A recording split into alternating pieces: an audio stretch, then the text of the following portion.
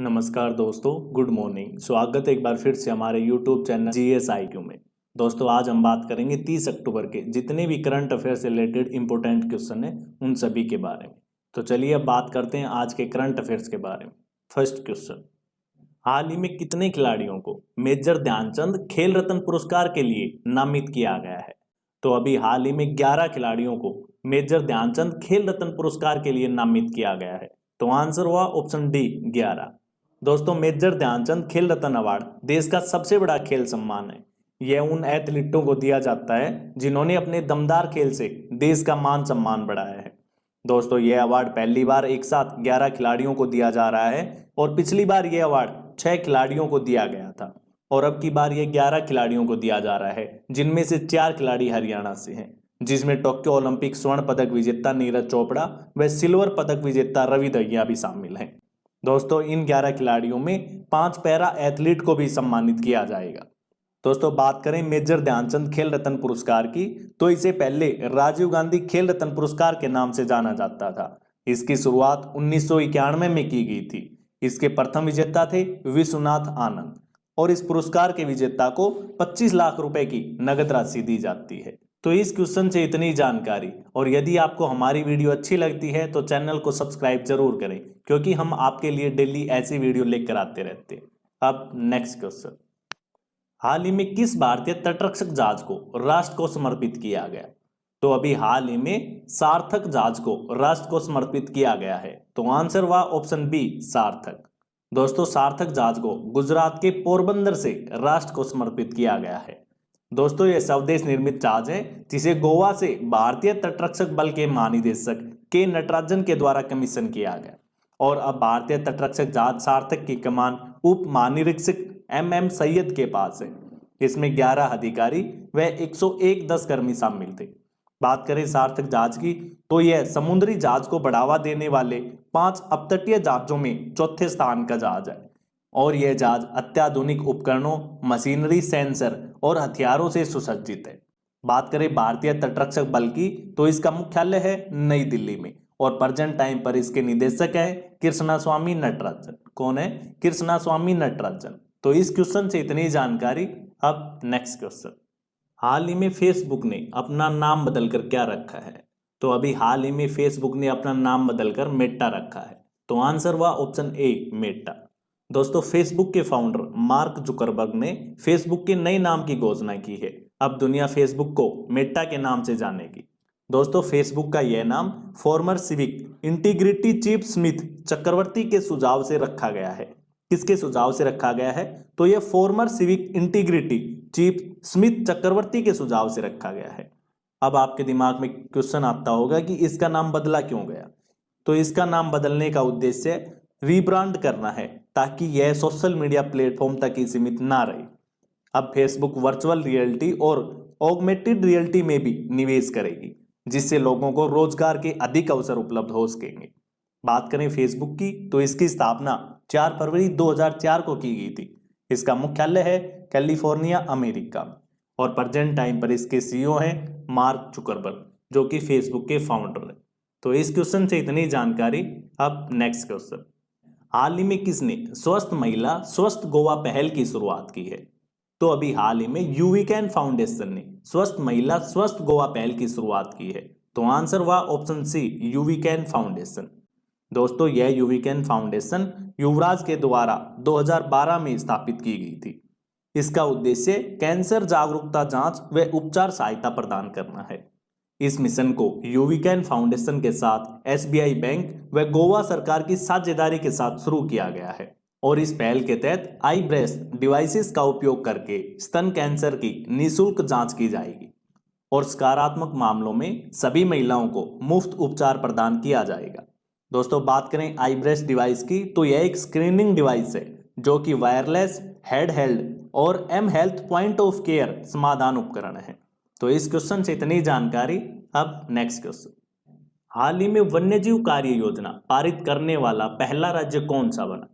तो अभी हाल ही में महाराष्ट्र राज्य वन्यजीव कार्य योजना पारित करने वाला देश का पहला राज्य बना है। तो आंसर हुआ ऑप्शन ए महाराष्ट्र। दोस्तों राज्य वन्यजीव बोर्ड की 17वीं बैठक के दौरान महाराष्ट्र सरकार ने अपनी वन्यजीव कार्य योजना 2021 से 2030 को मंजूरी दी है। दोस्तों यह योजना अगले 10 वर्षों तक लागू की जाएगी। इस प्रकार की योजना पारित करने वाला महाराष्ट्र देश का पहला राज्य बना है और इस योजना के तहत चंद्रपुर जिले के ताड़ोव अंधारी टाइगर रिजर्व की सीमा को बढ़ाने की भी मंजूरी दी गई है और यह योजना वन्यजीव संरक्षण में जलवायु परिवर्तन अनुकूल को एकीकृत करने का सुझाव देती है। बात करें महाराष्ट्र राज्य की तो इसकी राजधानी है मुंबई, मुख्यमंत्री हैं उद्धव ठाकरे और राज्यपाल हैं भगत सिंह कोश्यारी। तो इस क्वेश्चन से इतनी जानकारी। अब नेक्स्ट क्वेश्चन, हाल ही में किसे जोसेफ ए कुशमैन पुरस्कार 2022 के लिए चुना गया है? तो अभी हाल ही में डॉक्टर राजीव निगम को जोसेफ ए कुशमैन पुरस्कार 2022 के लिए चुना गया है। तो आंसर हुआ ऑप्शन डी, राजीव निगम। दोस्तों doctor Rajiv Nigam national institute of oceanography के पूर्व मुख्य वैज्ञानिक थे। दोस्तों इन्हें यह पुरस्कार फोरामिनिफेरल रिसर्च में उत्कृष्टता के लिए प्रदान किया जाएगा। दोस्तों डॉक्टर राजीव निगम यह प्रतिष्ठित पुरस्कार पाने वाले पहले भारतीय नागरिक है। दोस्तों बात करें जोसेफ ए कुशमैन अवार्ड की तो इसकी स्थापना 1979 में यूएसए स्थित Cushman foundation for medical research द्वारा की गई थी।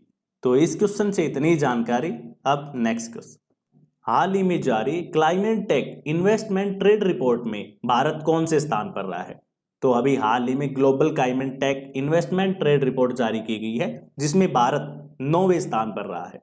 तो आंसर हुआ ऑप्शन बी, 9वें। दोस्तों यह report London and partners and company द्वारा पेरिस समझौते के बाद से वैश्विक जलवायु तकनीकी निवेश के रुझान की रिपोर्ट के आधार पर 2016 से 2021 तक की रैंकिंग जारी की गई है। इस रैंकिंग लिस्ट में शीर्ष 10 देशों में भारत ने 9वां स्थान हासिल किया, जबकि अमेरिका ने प्रथम स्थान हासिल किया, चीन ने दूसरा स्थान हासिल किया और स्वीडन ने तीसरा स्थान हासिल किया। तो इस क्वेश्चन से इतनी जानकारी। अब नेक्स्ट क्वेश्चन, हाल ही में किस राज्य ने education at your door step यानी शिक्षा आपके द्वार योजना शुरू की है? तो अभी हाल ही में तमिलनाडु राज्य ने education at your door step यानी शिक्षा आपके द्वार योजना की शुरुआत की है। तो आंसर हुआ ऑप्शन ए, तमिलनाडु। दोस्तों तमिलनाडु के मुख्यमंत्री के अनुसार राज्य में राष्ट्रीय शिक्षा नीति 2020 लागू नहीं की जाएगी। इसके स्थान पर राज्य में इल्लम येड्डी कालवी यानी शिक्षा आपके द्वार योजना लागू की जाएगी।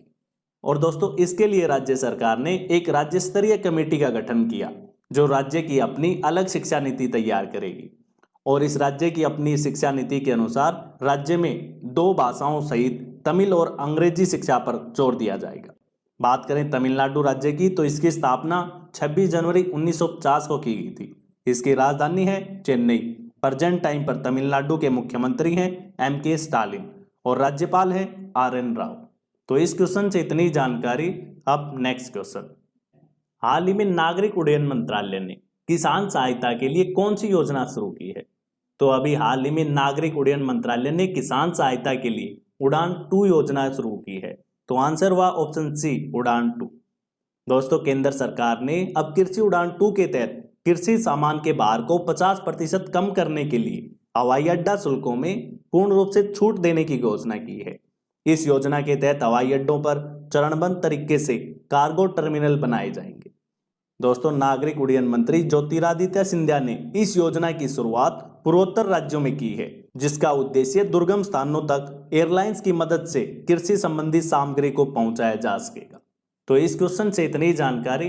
अब नेक्स्ट क्वेश्चन, हाल ही में किसे इंडिया ग्रीन एनर्जी अवार्ड 2020 से सम्मानित किया गया है? तो अभी हाल ही में TVS मोटर्स कंपनी को इंडिया ग्रीन एनर्जी अवार्ड 2020 से सम्मानित किया गया है। तो आंसर हुआ ऑप्शन बी, TVS मोटर। दोस्तों Indian federation of green energy द्वारा इंडिया ग्रीन एनर्जी अवार्ड 2020 के तीसरे संस्करण में TVS मोटर्स कंपनी को इस अवार्ड से सम्मानित किया गया है। दोस्तों यह पुरस्कार केंद्रीय सड़क परिवहन और राजमार्ग मंत्री नितिन गडकरी के द्वारा प्रदान किया गया। दोस्तों TVS को अक्षय ऊर्जा क्षेत्र में वैकल्पिक ऊर्जा स्रोतों के उपयोग और कार्यान्वयन के प्रयासों के लिए प्रदान किया गया है। तो इस क्वेश्चन से इतनी जानकारी। और यदि आपको हमारी वीडियो अच्छी लगती है तो वीडियो को लाइक और शेयर करना ना भूलें।